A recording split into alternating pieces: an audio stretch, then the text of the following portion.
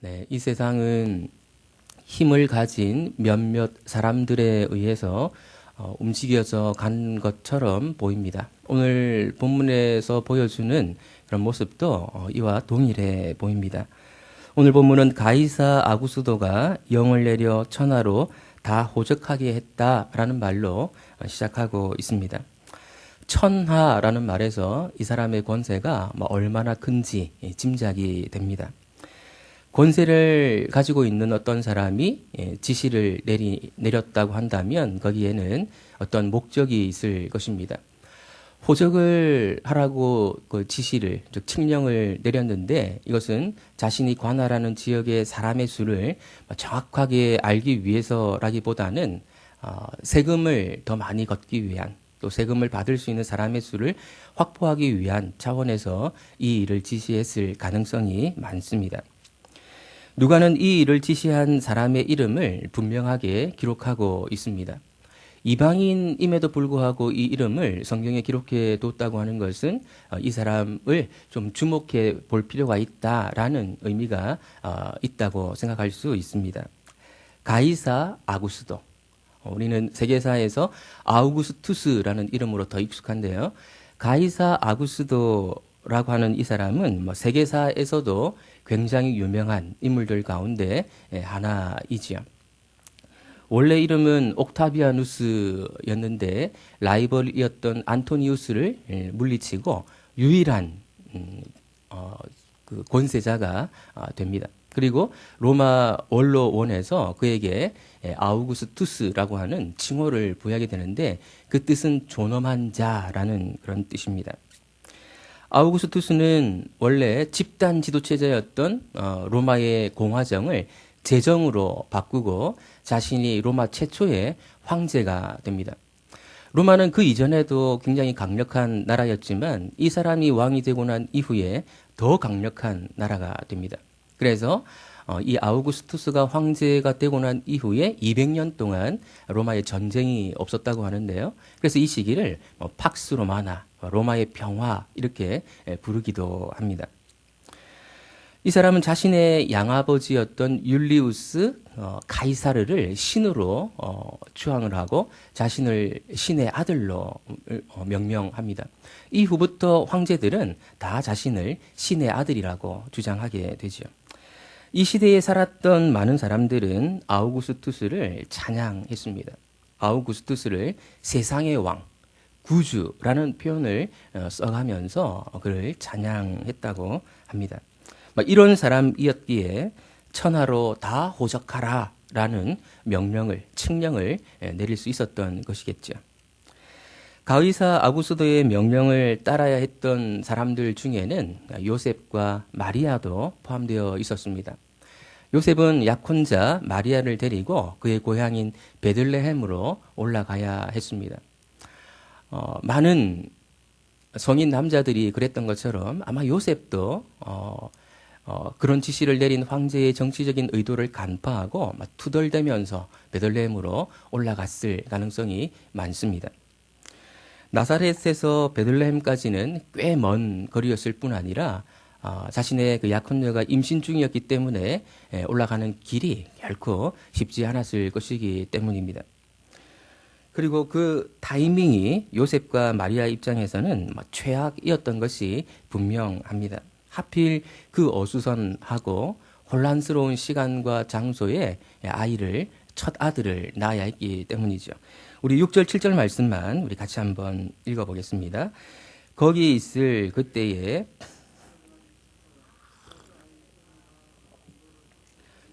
유었으니 이는 여관에 있을 곳이 없음이러라. 여기에 처음으로 구유라는 표현이 등장합니다.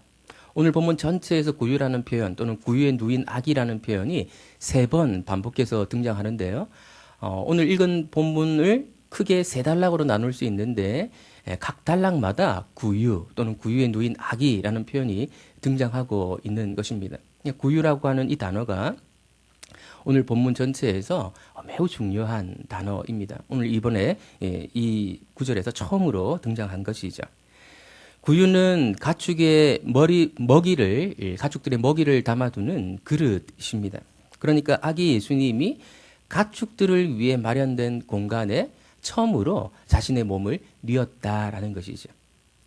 요셉과 마리아가 너무 가난해서 그랬다는 정보는 없습니다. 여관을 찾았는데 거기에 객실이 없어서 그들은 어쩔 수 없이 아기를 강보에 사서 구유에 뉘었다 이렇게 말하고 있습니다. 아마도 많은 사람들이 왕의 칙령을 따라야 했기 때문에 고향인 각자들의 고향으로 사람들이 몰려들어서 이런 일들이 일어나지 않았나 싶습니다. 이런 모습들이 우리의 일상이지요. 정치가들이 법을 만들면 그 법을 따라 살아야 되고 또 좀 안정되지 못한 상황 가운데서 아기를 낳고 또 기르고 또 정치인들 욕을 때때로 해가면서 살아가는 것이죠. 그게 우리의 일상 아니겠습니까? 그러나 우리의 이성이 쉽게 인정하고 싶어 하지 않지만 우리의 일상과 다른 비상한 상황이 일어나기도 합니다. 오늘 본문에서 두 번째 단락은 매우 비상한 일이 일어났다라는 사실을 우리에게 보여주고 있습니다. 양떼를 지키던 목자들이 우리와 다른 차원에서 살아가고 있는 천사들을 만나는 아주 놀라운 사건이 기록되어 있습니다. 오늘과 같은 조명시설이 없던 시절에 아주 깜깜한 밤에 환한 빛으로 비침을 받고 있는 주의 영광으로 비추어졌던 천사들을 만나게 되는 그 상황을 한번 상상해 보십시오. 그 광경은 시각적으로만 보더라도 매우 두드러지는 독특한 신비한 그런 장면이라고 말할 수 있을 것 같습니다. 그런데 우리가 죄인이라는 사실이 이 광경을 그냥 신비스럽게만 바라보게 만들지는 않습니다. 이런 비상한 상황, 영혼과 접촉하는 이런 상황은 죄인들에게는 두려움을 불러오기 때문에 그렇습니다. 목자들 역시 크게 무서워했다고 성경은 기록하고 있습니다.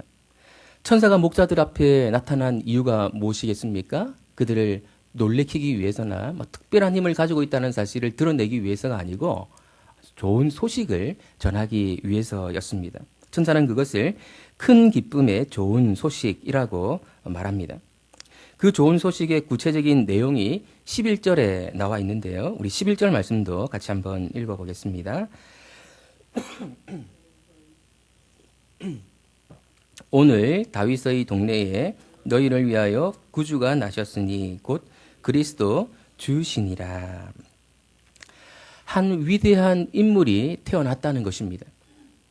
근데 이 위대한 인물에 대해서 묘사하는 용어들이 예사롭지가 않습니다. 구주, 그리스도, 주라는 용어인데요. 이 용어들은 구약 성경에 종종 나타나는 그런 용어들인데 이 세 단어가 한 번에 동시에 나타나는 경우는 성경 전체를 통틀어서 여기가 유일합니다. 매우 존귀한 신분을 가진 자가 태어났다는 것이죠.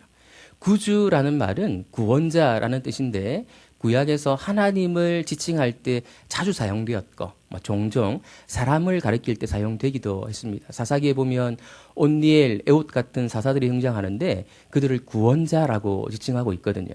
그러니까 구주라는 말은 굉장히 존귀한 말이 맞는데 사람에게도 사용되었기 때문에 사람일 수도 있겠다 정도는 생각할 수 있는 그런 용어인 것이죠. 그리스도라는 말도 여러 가지 의미를 담고 있지만 기본적으로는 다윗의 자손으로서의 왕적인 존재라는 의미를 갖고 있습니다. 그러니까 좀 차원이 다른 존재이지만 사람으로 받아들일 수 있는 여지가 있는 것이죠. 그런데 마지막에 등장하는 주라고 하는 이 칭호는 구약에서 전형적으로 하나님을 지칭하던 용어였습니다. 그러니까 천사는 한 인물의 탄생을 예고하는데 그 인물은 구주, 그리스도, 주라고 불릴 수 있는 어떤 존재라는 것입니다.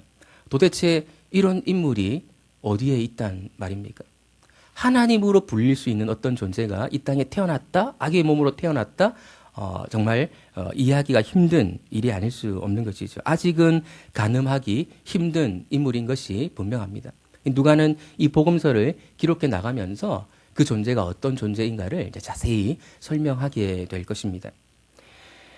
확실한 것은 인간과는 차원이 다른 하나님이라고 일컬어질 수 있는 지극히 높은 신분의 어떤 인물이 이 땅에 태어났다는 것이죠. 목자들이 그 소식을 전해 들은 것입니다.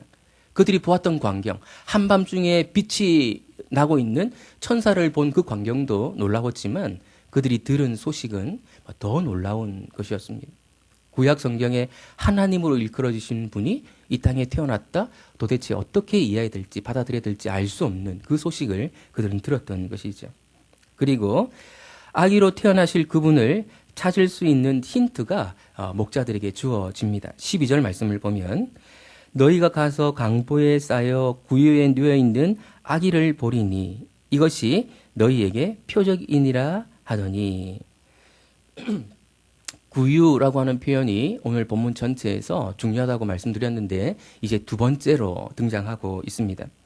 이 아기는 강보, 즉 포대기에 쌓여 있는 채 구유에 누워 있게 될 것인데 이것이 표적이라는 것입니다. 이것이 표적이라는 말은 강보에 쌓여 가축들의 밥그릇에 누워 있는 아기를 보면 바로 앞에 언급했던 지극히 높은 신분을 가지고 있는 바로 그분이라는 것이라는 것이죠. 갓 태어난 아기를 가축들의 밥그릇에 두는 부모는 없을 것이기 때문에 그 아기를 보면 바로 그 아기가 천사가 말했던 그 존귀한 분이라는 사실을 알 수 있다라는 것이죠. 그러더니 수많은 전군이 목자들에게 이 소식을 알려준 천사와 함께 찬송을 부르기 시작합니다. 목자들은 이미 놀라운 광경을 보고 들었거든요. 눈이 번쩍 뜨일 정도의 천사의 모습을 보았고 또 귀를 의심하게 만들 정도의 놀라운 소식을 전해 들었습니다. 그런데 잘못 보고 잘못 들었다고 말할 수 없도록 만들기 위한 것인지 그들은 놀라운 광경을 다시 한번 보고 듣게 된 것이죠. 저는 지금까지 찬양을 하고 들으면서 가장 영광스럽다고 가장 웅장했다고 생각되는 순간이 신학대학원에 다닐 때 학우들 한 900명과 함께 불렀던 그 찬양 시간이었는데 그 찬양보다도 더 웅장하다고 느끼는 더 영광스럽다고 느꼈던 그 찬양 시간이 없었던 것 같습니다. 그런데 이 수많은 전군 천사들이 찬송을 불렀다면 그것을 훨씬 뛰어넘는 그런 모습이 아니었을까, 장관이 아니었을까 그런 생각이 듭니다. 눈과 귀가 압도당한다고 하는 것이 무엇인지 아마도 그런 모습을 보여준 것이 아닌가, 목자들이 그것을 본 것이 아닌가 이렇게 생각이 됩니다. 천군 천사들의 찬양 가사는 매우 시적인데요. 지극히 높은 곳에서는 하나님께 영광이요 땅에서는 하나님이 기뻐하시는 사람들 중에 평화로다. 사실 이 식구는 따지고 보면 내용이 그렇게 쉽지는 않습니다. 아기 예수님의 탄생이 하나님께는 영광이고 사람들에게는 평화다. 대충 이런 의미인 것 같습니다. 사람들에게 진정한 평화는 어떻게 주어지는 것일까요? 정치인들이 정치를 잘하면 이런 평화가 주어질까요? 경제 상황이 나아지면, 경제가 더 성장하면 이런 평화로운 상황이 주어지는 것일까요? 우리가 잘 알고 있듯이 근본적인 평화는 하나님과의 화해와 화목 없이는 결코 주어지지 않습니다. 하나님과의 진정한 화해, 화목이 이루어져야 다른 사람들과도 화해하고 화목할 수 있거든요. 그때 비로소 평화가 우리에게 오게 되는 것이죠. 천사들의 찬양 가사는 아기로 오신 예수님의 역할이 무엇인지를 우리에게 암시하고 있습니다. 예수님은 자력으로는 결코 이룰 수 없는 그 진정한 평화를 우리에게 주시기 위해서 오셨다라는 것이죠. 천군 천사들은 그렇게 찬양하고 하늘로 올라갔습니다. 목자들은 언제 그랬냐는 듯이 다시 일상으로 돌아옵니다. 천사를 경험하는 순간은 그렇게 길지 않았던 것 같습니다. 이런 비상한 경험을 하고도 그냥 입 싹 닫고 있을 수 있습니다. 또 시간이 지나면서 잊어버릴 수도 있겠죠.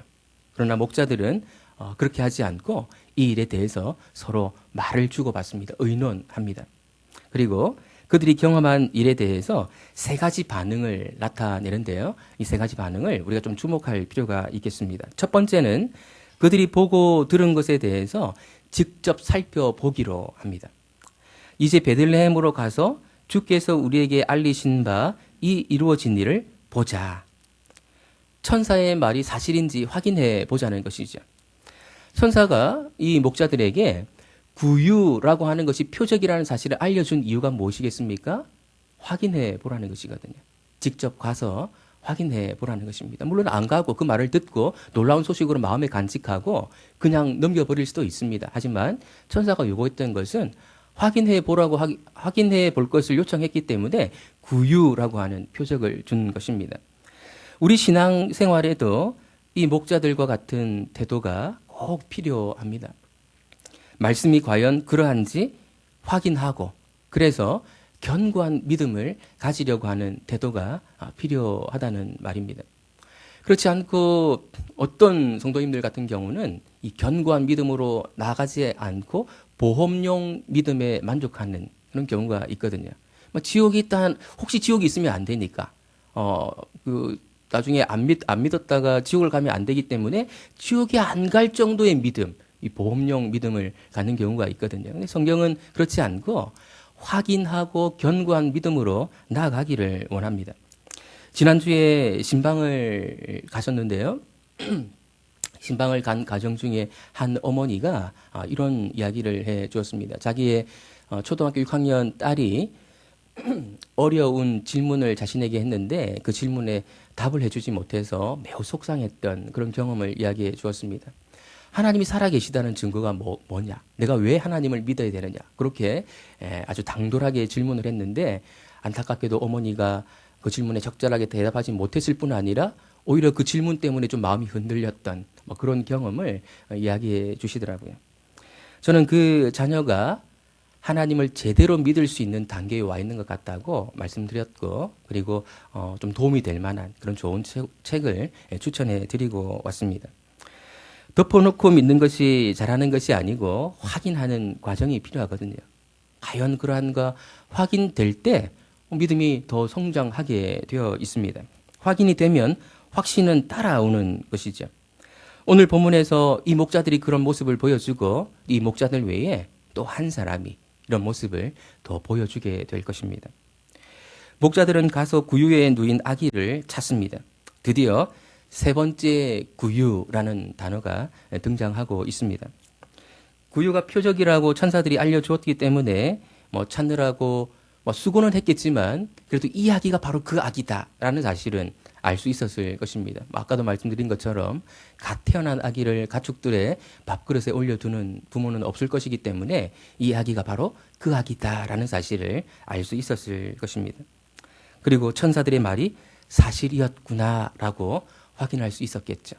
그리고 그 아기를 봤을 때 천사들이 알려준 대로 구주고 그리스도고 주라고 불릴 수 있는 그 아기가 바로 이 아기라는 사실을 확인하고서 놀라지 않았을까, 경외감에 빠지지 않았을까 싶습니다. 목자들의 두 번째 반응은 복음 전파였습니다. 우리 17절 같이 한번 읽어보겠습니다.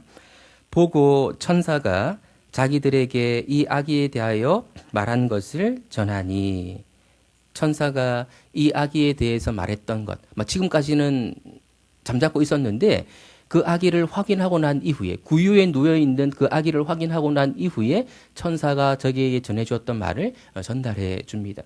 천사가 이 아기를 구주요 그리스도요 주라고 칭했다라는 사실을 알려주었을 것입니다. 복음을 전한다고 하는 것은 이런 것이죠. 내가 들은 것을 남에게 전하는 것입니다.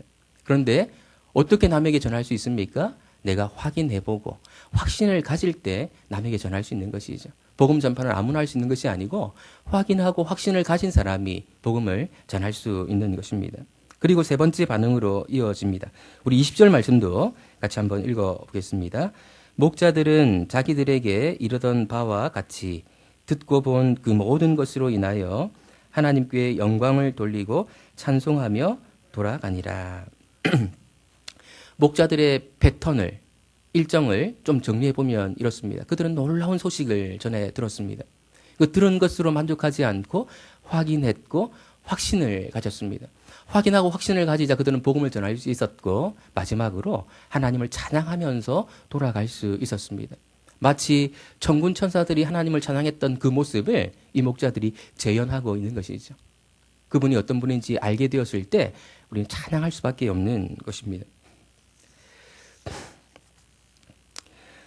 여기서 우리는 살짝 뛰어넘은 부분으로 다시 돌아갈 필요가 있습니다. 목자들이 천사들로부터 들었던 소식을 전했을 때 사람들이 어떤 반응을 보였는가? 우리가 이 부분은 잠깐 넘어갔었는데요. 이 부분을 우리가 마지막으로 좀 살펴볼 필요가 있겠습니다. 18절, 19절 말씀 우리 같이 한번 읽어보겠습니다. 듣는 자가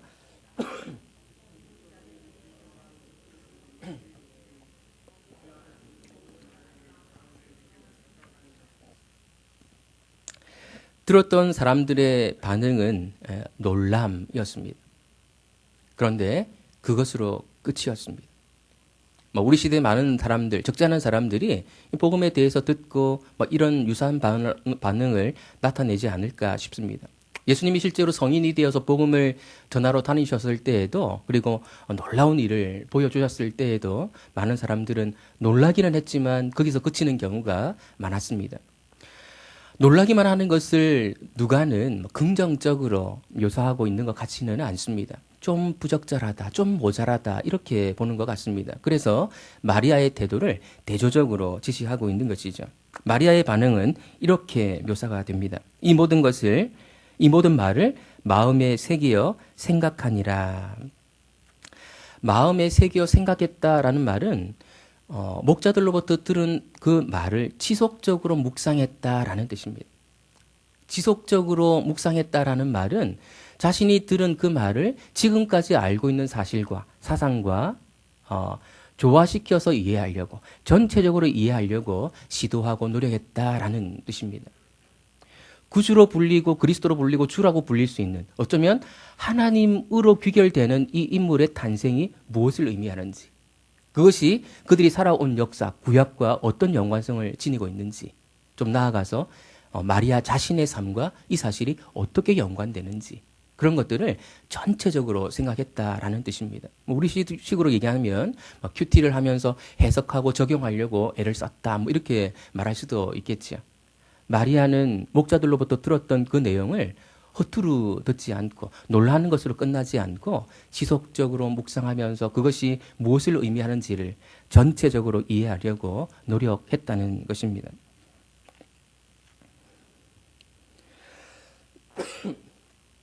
오늘 본문을 마리아처럼 지속적으로 묵상하면 우리에게 많은 깨달음이 주어집니다. 오늘 본문에 구유라는 표현, 또 구유의 누인 아기라는 표현이 3번 등장하고 이것이 매우 중요한 표현이다라는 사실을 이미 말씀드렸습니다.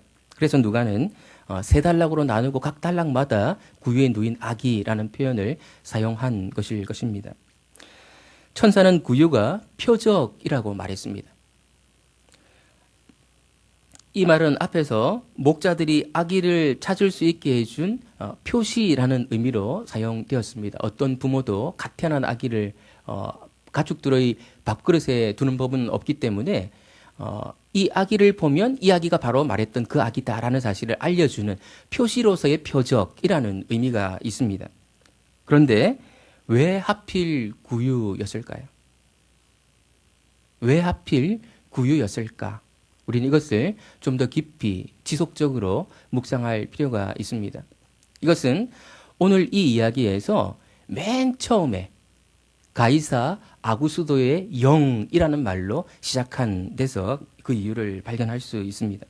구유라고 하는 것은 이 아기가 이 세상 왕의 정반대편에 서 계시는 분이다라는 사실을 부각해 주는 것입니다. 가축들의 공간에 자기의 몸을 누이신 분은 왕궁에서 화려한 삶을 살아가고 있는 가이사 아구스도와 정반대편에 있는 분이라는 것이죠. 그런 점에서 구유는 또 하나의 표적이 되는 것입니다. 아기를 찾을 수 있는 표적을 넘어서 이 아기는 가이사 아구수도와 어떤 구도를 보여주는가를 보여주는 그런 표적의 역할을 하는 것이죠. 한때 이 세상에 유행했던 말이 있었습니다. 1등만 기억하는 더러운 세상, 뭐 이런 거 있죠. 1등이 아닌 수많은 사람들, 1등은 하나밖에 없는 것이고요. 훨씬 더 많은 사람들이 1등 아닌 그런 사람들로 살아가는데, 그런 사람들은 을의 입장을 잘 이해하고 있을 것 같은데, 실제로는 그렇지 않은 것 같습니다. 을이 또 다른 을들에게 갑질하는 그것이 우리가 살고 있는 이런 세상의 모습이지요. 모두가 다른 사람들 위에 올라가려고 합니다. 올라가고 해서 결국에 뭐가 되려는 것일까요? 왕이 되려는 것이죠. 모두가 다 왕이 되려고 하는 것입니다. 예수님, 구주이시고 그리스도이시며 주이신 분이 구유, 가축들의 공간인 구유에 자기의 몸을 누이셨다라고 하는 사실을 우리는 잘 기억해야 할 것입니다. 그분은 을 중에 을로 오셨다는 것이죠. 우리가 구주로 믿는 그분이 구유에 자기의 몸을 누이셨다면 그분을 따르는 우리는 어디에 우리의 몸을 위치시켜야 될지 우리가 깊이 생각해야 한다는 것입니다. 높은 것이 좋은 곳이라고 하는 이런 상식에 예수님은 일침을 가하신 것입니다. 이 이야기에 왜 천사가 등장했을까요? 왜 이 비상한 경험, 이성적으로는 좀 납득하기 힘든, 받아들이기 곤란한 이런 일들이 일어나게 하신 것일까요? 구유에 누이셨다고 해서 이야기의 진정한 신분이 비천한 신분이 아니라는 것입니다. 천사들의 찬양을 받으신 분, 이분이 진짜 왕이시라는 것이죠. 진짜로 높은 신분을 가진 자만이 자기를 진짜로 낮출 수 있다는 것입니다. 가짜로 자기 자신을 높이려고 하는 사람들은 진짜 신분이 낮기 때문에 자꾸 높이려고 애를 쓰는 것이죠. 그러니까 세상의 왕의 모습은 가짜 왕의 모습이라는 것입니다. 아우구스투스가 황제로 불리고 있고 신의 아들로 자칭하지만 실제로는 가짜 왕이라는 것이죠. 구유에 누워있는 이 아기가 진짜 존귀한 신분을 가진 진짜 왕이다라는 것을 오늘 이 이야기가 보여주고 있습니다. 물론 천사의 등장은 또 다른 세상이 있다는 사실을 보여주는 것이기도 하고 그 또 다른 세상이 예수님이 오실 때 이 세상과 하나로 합쳐질 것을 또한 에베소서가 우리에게 보여주고 있기도 합니다. 마지막으로 누가 이 세상을 진정으로 다스리는가? 라는 것을 오늘 본문은 우리에게 보여주고 있습니다. 마리아처럼 이 본문을 지속적으로 묵상하다 보면 이 세상을 진정으로 다스리는 자가 누구인가 하는 것을 우리는 또 발견하게 되는데요. 아우구스투스가 호적하라는 명령을 내려서 요셉과 마리아는 고향인 베들레헴으로 가게 되죠. 누가 이 세상을 다스리는 것 같습니까? 어느 정도는 아우구스투스가 세상을 다스리는 것처럼 보입니다. 그런데 성경 전체의 맥락을 묵상해 보면 아우구스투스는 하나님의 도구에 불과하다는 사실을 어렵지 않게 발견할 수 있습니다. 이스라엘을 다스릴 자가 베들레헴 에브라다에서 나올 것이라고 하는 하나님의 예언을 이 아우구스투스가 도구가 되어서 실현하고 있는 것이거든요. 메시아는 그리스도는 베들레헴에서 나실 것입니다. 하나님은 이미 그것을 예언자들을 통해서 예언해 놓으셨습니다. 그런데 가이사 아구수도가 영을 내려서 그 일이 시행되도록 만들었던 것이죠. 그래서 겉으로 볼 때는 이 세상에 힘을 가진 자, 권력을 가진 자, 왕이라고 불릴 수 있는 자가 세상을 다스리는 것 같지만 사실은 그렇지 않습니다. 하나님께서 이 세상을 다스리고 계십니다. 그 사실을 오늘 본문이 우리에게 보여주고 있습니다. 이 아기 예수님의 단생은 이 세상을 하나님이 다스리고 계시다는 사실을 천명하고 있습니다. 세상에 힘 가진 자들이 굉장히 화려해 보이고 커 보여도 그것에 속지 마십시다. 그리고 예수님은 진짜 높으신 분이기 때문에 자신을 낮출 수 있었다라는 사실도 우리가 잘 기억해야겠습니다. 자기를 높이려고 하는 사람은 진짜 신분이 낮기 때문에 그런 것이죠. 우리도 예수님과 형제가 되었다면 하나님의 양아들들이 다 되었다면 우리의 신분이 높아졌다는 사실을 확신하고 낮추는 자리에 자신을 둠으로써 진짜 신분을 드러낼 수 있는 그런 우리가 되었으면 좋겠습니다. 하나님을 왕으로 모시고 그분께 순종하는 삶보다 더 안전한 삶이 없다라는 사실을 확신하고 살았으면 좋겠습니다. 이 안전한 삶을 살아가시는 저와 여러분들 되시기를 예수님 이름으로 축원드립니다. 우리 다 같이 일어나셔서 내 영혼은 안전합니다. 찬양하고 기도로 예배를 마치겠습니다.